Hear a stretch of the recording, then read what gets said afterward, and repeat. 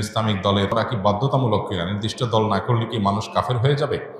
ভাই, এগুলো হলো বিভিন্ন আমাদের ভাই ব্রাদারদের বাড়াবাড়ি।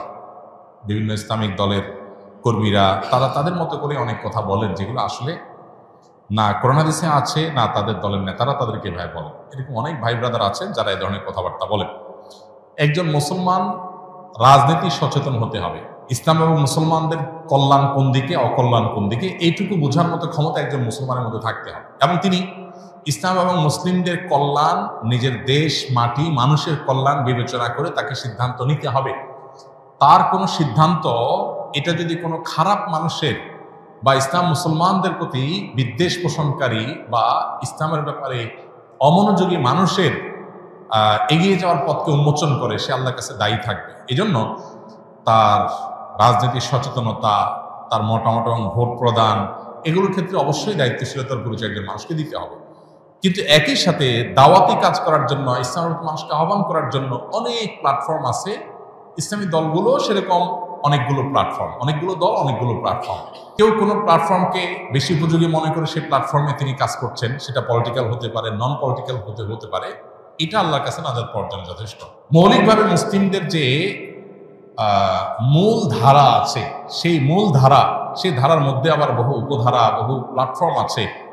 সেগুলোর বাইরে এসে মূল ধারার সাথে যাতে কানেক্টেড থাকে মুসলমানরা, সেখান থেকে বিচ্ছিন্নতাবাদের দিকে যেন না যায়, নিজস্ব কোনো মতবাদ যেন তৈরি না করে, আলাদা কোনো আপনার গিরিপথ যেন তৈরি না করে, এই ব্যাপারে শরীয়ত আমাদেরকে সতর্ক করে। যাতে ঐক্যবদ্ধ থাকার মানে হলো সেটা কোনো একটা বলয় বা প্ল্যাটফর্ম বা কোনো একটা সংগঠন, সাংগঠনিক পরিচয়, পলিটিক্যাল হোক, নন পলিটিক্যাল হোক, এ ধরনের প্ল্যাটফর্মে কাজ করলে কাজের সুবিধা হয়। সন্দেহাতীতভাবে সেটি জায়েজ, কিন্তু সেটা করতে গিয়ে যদি আমরা অন্ধ হয়ে যাই, আমাদের বলা বাড়াটা যদি দলকে ঘিরেই হয়ে যায়, আল্লাহ এবং তার রাসূলের জন্য না হয়ে যদি সেটা সীমাবদ্ধ এবং সীমিত একটা চিন্তার জন্য হয়ে যায়, তাহলে সেটা আবার গুনাহের বিষয়ে হতে পারে। এই জন্য বিষয়গুলোকে পার্থক্য করা, পরখ করা, ইম্পর্টেন্সি এবং গুরুত্ব বোঝার পাশাপাশি কতটা ইম্পর্টেন্ট শরিয়াতে সেটাও বোঝা গুরুত্বপূর্ণ। আমরা অনেকে এক্ষেত্রে বাড়াবাড়ি করি, আবার অনেকে ছাড়াছাড়ি করি। এই দুইটারই অবসান হওয়া দরকার, এবং সঠিকটা আমাদের অন্তত উপলব্ধি করা দরকার। আল্লাহ আমাদেরকে বোঝার তৌফিক দান করুন।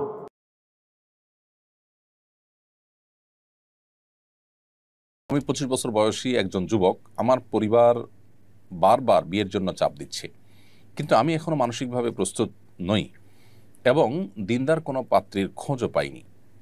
আমি চাই সময় নিয়ে সিদ্ধান্ত নিতে, কিন্তু এতে পরিবার আমার প্রতি বিরক্ত। আমি কি গুনাহগার হচ্ছি? এটা কি পিতামাতার অবাধ্যতা হিসাবে বিবেচিত হবে? যদি আপনি 25 বছর বয়সী যুবক হয়ে থাকেন, তাহলে বিবাহের যথেষ্ট বয়স আপনার হয়ে গেছে। এমত অবস্থায় আপনার চরিত্র হেফাজতের জন্য বিবাহ করাটাই হলো শরিয়ার নির্দেশনা।